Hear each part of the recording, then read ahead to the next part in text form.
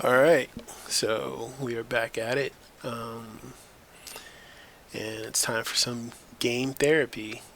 So you guys can just sit back and watch me play Bad Dudes versus Dragon Ninja. So this game came out in like the 80s. Um, I remember playing in arcade a couple times. I love that. Are you a bad enough dude to rescue Ronnie? Of course, the hint was that this was President Ronald Reagan, though they probably couldn't say that. But yeah, so this is Bad Dudes by Data East. They market their stuff all over their games. So as the truck going by had Data East on the back, you'll see it later. They even market their other games in their games because they were on top, like Karnov. If you remember Karnov's Revenge, that's by Data East.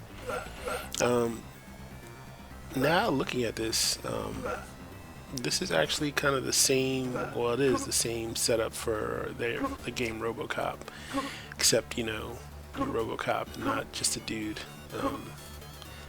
So yeah, but yep, this is basically the 80s action flick video game. So think American Ninja with Michael Dudikoff. And so the president's been kidnapped. You got to go save him, and it's only your skills and techniques that are gonna do it. Now, clearly, these they're ninjas, and I'm just some regular dude. So you think they'd have more skill, but oh, and that's my favorite thing is at the end of the stage when you beat a boss, he goes, "I'm bad," because they're like, "Oh, we can incorporate sound." So, but yeah, so this is Bad Dudes, and again, the one thing that always like got me about this game was they're throwing all these ninjas at you.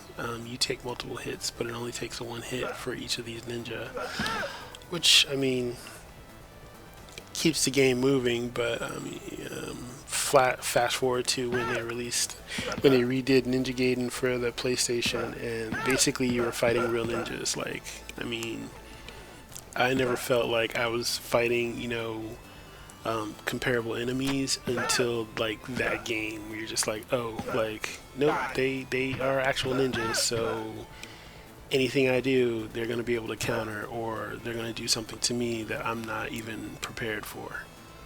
So but yeah, so this is you see the Data East truck. The Pogo Ninja is the worst. Because you're like, is he pogoing on the sword? Yeah. So I kind of want to do something, or I was thinking about like the last couple days doing something with the videos. Like, since it is kind of you're watching it, I want to do kind of like an actual just kind of conversation about just different stuff while you watch me play. And moving the channel more, like, again, this is just game therapy, so I kind of want to just maybe wax poetically about other certain things. So for instance, today I had a conversation with a friend about dreams, because I found an interesting fact about dreams. So apparently the chemical in your brain that allows memories to move from short-term to long-term memory is inhibited during REM sleep. So that's why you don't really remember your dreams, because they're just, your body just doesn't allow it to happen. Which is interesting because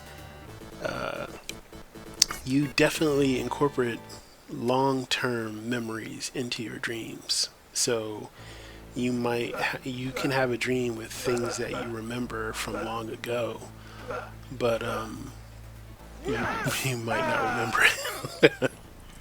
So, and I was just thinking, and I was, and talking with my friend about how, it's weird. Is that a way for your brain to kind of like keep reality and fantasy separate? By not allowing you to remember your dreams long term. And then I'm wondering, like, in sort of if there's some kind of disorder or um, illness where that balance is broken, where you almost become like your dreams are you're thinking of them as kind of reality. So kind of maybe kind of a total recall type thing where they give you like if that wasn't inhibited, would you kind of be like, oh, like I could make my own memories from my dream? Like I would remember something as kind of a more factual than it was just kind of a dream. So maybe the fact that it inhibits it to be long term is a way for your brain to protect yourself from kind of being in a delusional state. And so I was thinking about that today, and also like, so I don't know, like another thing is like when we think of delusional people, we kind of think of them as out there on the street, just making stuff up they go along, and there's that element. But delusional people, you can have everyday interaction with them. And it's really more of these people who are or have some people with mental disorders are able to convince themselves that what they're thinking, even though it never happened, it really happened. And there's cases where a person can create a whole episode of things that have happened to them that never really happened, but because they think it, because they believe, and they'll believe that it's real. And again, going back to the fact that our brains are kind of wired to protect us from delusion, normal, or I'll say, as they would say in psychology, degree class, like neurotypical, for the normal person, your brain is wired to kind of keep, reality and fantasy separate. But for some people with certain disorders, they don't have that. Like they have the ability to kind of, whatever they're thinking, make it their reality, make it's true to them because they're thinking it. And how are their dreams, gonna, like, how would they be able to separate, fantasy from reality, because, and they couldn't, based on the fact that they have this, particular disorder. Oh, that's one of the things, like, that, like, I forgot, like, there's just some random, like, fire dude, like, just running on fire at you, like, in the game. Like, I'm like, is that a ninja power? You just like light yourself on fire and run, like. Sorry, to break the concentration, but yeah, it was just odd when I first saw it. Like, I was like, wait, what? Is he just a ninja on fire? And like, avoid. That's your only thing, is just get out of the way.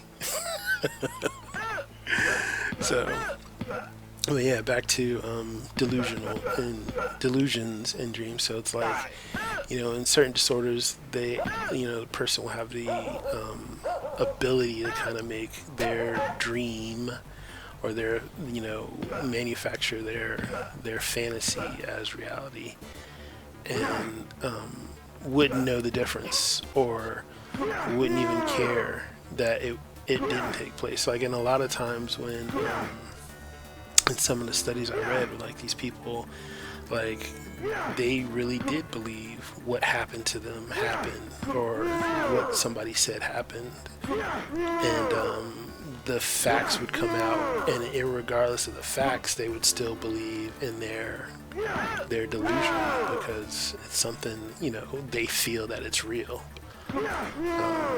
which is scary on so many levels, because again, these people can be out in public, and I think about, like, different witnesses of crimes, and, just even people who do end up like calling the police, like, did you really experience that, or was it really just a delusion, or is it just because you felt something you just knew something happened and you create a whole story around it, it's scary. Like, that's kind of scary, and I'm not saying like, you can't not believe people, but they're just, because it's not, statistically it's not, the majority of people, again, who have that kind of mind state. So it's kind of like a contract we make with each other, is like, I'm going to tell you what I see, but clearly there are people who see things differently. So yeah, I was just kind of just thinking about that with dreams, and how we process things, and even like nightmares, like, a lot of times it's like, where do they come from, and how do they, what is our brain trying to process during the nightmare, that scares us. So like, I'll tell you one kind of reoccurring nightmare I've had since I was a kid was, and I think everybody has it, is where you're trying to fight, and it's not, it does, like, there's the fire ninja. That just always gets me. Like, he's just on fire. He's like, I'm just gonna run. I'm sorry. It's a nightmare. So, but you're in a dream and you have to fight, and you have to fight using your fists. Or it's the same thing like if you're trying to run. There's this inability to do something, in your dream that's required. And so when it comes to fighting, you feel like, you can't really punch, you're just slow, or your brain isn't like connecting to your limbs to get, the job done. And you're just trying to figure out, like, and this person is definitely like wailing on you while you're trying to, figure out like what's wrong with me, and I read somewhere that it's really like the way like dream, interpretation is like, there's something going on in your life where you feel like you don't have any power, and you have to like think about it, reflect on your day or your week or whatever, to determine, is there a place in my life where I feel like I don't have any power, I don't have any strength, because your mind is telling, like, you don't have an option, because your mind is trying to deal with, the feeling of inadequacy in your real life.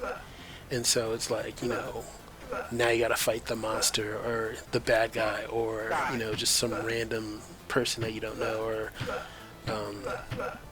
and you're just not able to, and so like, it's just a reflection of, how you feel in the real world, which a lot of experts will say dreams are, and so even with the nightmare, it's just like, well, what's going on in the real world that you're afraid of, or you feel like, you're just you're not really dealing with, on the surface. So yeah, that dream always gets me, is like, I'm trying to fight somebody and it's just not working. Like, I'm just really bad. Like it's like, why? And you're just like, should I run? And then running is just horrible in the dream, so yeah.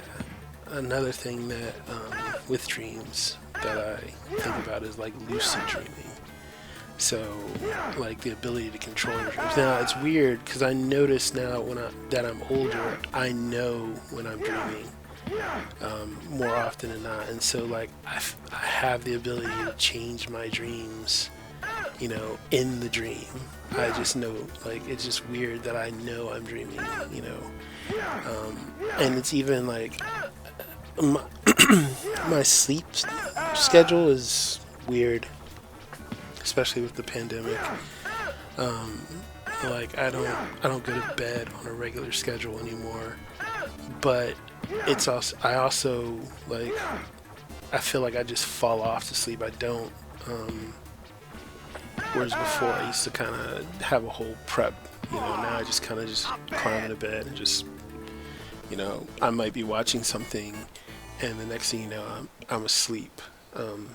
But even then I know that I'm dreaming, So, but in lucid dreaming, where you're dreaming and you have the ability to control your dreams, it's not something that a lot of people can do or they've experienced, once in a while.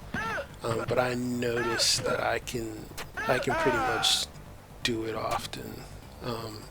Even like a couple weeks ago, I was having like it's like I don't know if I have nightmares anymore because I don't like scream to wake up. Um, or it's not like when I was a kid where I was just afraid, but it's kind of like I'm again, I know I'm in a nightmare. I know I'm in a dream, even if it's scary. So I'm kind of, I'll just deal with it. Is I don't know if that's a healthy a healthy thing to do. It's like, well, this is my dream now. Like I'm just gonna dream, that this horrible instance or horrible situation. I'll just watch it to the end of the dream. Like so, and that's pretty much what I do. So like a couple of weeks ago, I had this dream, um, and it was a nightmare in a sense that I didn't like the situation, and it was just like a whole lot going on. But at one point, I woke up. He lit himself on fire. I'm sorry. I just realized he just lit himself on fire and ran at me. That's what that ninja does. So he's the only ninja that I care about is that the guy who lights himself on fire because he's so hardcore. He really believes in the dragon ninja. But I woke up because I had to use the restroom, and so I come back, and then I go right back into the dream. Like a little bit, like it was kind of playing in the background, and I wake up like a little bit, like a little bit further in. But I just went back to the dream, like no issue. Um, Again, it wasn't scary in the sense where I didn't want it to stop, but it was scary in a sense where I didn't really like the situation. But I was just thinking about that for a few days afterwards. It was like this was like it was a very vivid dream. Like I still remember details from it, which again going back to like the chemicals in your brain um, not being like the ability to kind of have long term. Um, but this dream in particular, like I remember details. I remember what was going on and like how it was just really interesting in detail. I don't even know where, like again, even with most dreams and nightmares, you want to be like, what the heck, where did this even come, like what was I watching, like it was a ham sandwich, that's what got, like so a lot, and they would have that kind of saying, like what did you eat, to cause a dream. But this dream, like I can't even tell you where it came from because it was just so out there. But it was just and like all the elements in it, I understood all the different elements in it, because it's things that I've read or researched or have watched or talked about for a while. But it was just a weird combination of all the things um, that I'd had experienced at one point. So but yeah, I was still lucid. I still knew I was dreaming, even though I didn't stop it. But yeah, it was. I guess I'll say it was disturbing rather than scary. It was a disturbing dream, you know. So because yeah, I didn't wake up. I have had dreams where like I'll be talking and I'll wake up like answering, like I'll be talking with someone and I'll wake up answering someone, like whoever I was talking to in a dream. Or if I have a realization, oh wow, yeah, that's his power. If I have a realization in a dream, like I will sometimes wake up saying what I realized, whatever the situation in the dream was going on. Like I remember one time I just woke up saying like, I'm never going back. And like I know what the dream was, like, but I just remember, like, I woke myself up audibly saying like I'm never going back, and just like wow, like what, like the fact that a dream would cause something so real world, and again, like your brain is just this weird, it's it's trying to protect you. It's doing all this stuff, at the same time. So there can be glitches every now and again. There's a glitch in the matrix. But it's just interesting that your brain's kind of like, yeah, look, buddy, I'm making sure everything is still rolling, like, so every now and again, like when we're unconscious, I have to just let things slide. So, but yeah, I just thought it was interesting. The piece of the thing I picked up today was just, yeah, when you're dreaming, the part that would move that into long-term memory is shut down, you know. And then I started just going off on these tangents. I was like, all right, well, some disordered people with delusions, they believe in their fantasies, you know. Is that because that break is not there, you know? Or even like, I mean, what if you're daydreaming, you know, and so your brain, has the ability to like, again, know what's real, what's fake. But what if you're schizophrenic, where they have like hallucinations and like all this other stuff going on, from auditory to visual, you know, that's real to them. That's going, like, they really feel and sense and hear and, see things, like, so. And even in, if it's not a disorder, if it's just like you're having hallucinations, like if you have a high fever, you can have hallucinations. Like I've had, hallucinations where, I might have saw something like in the corner of my eye, and then I'll see, it somewhere else in the room, but I'm also like sick and,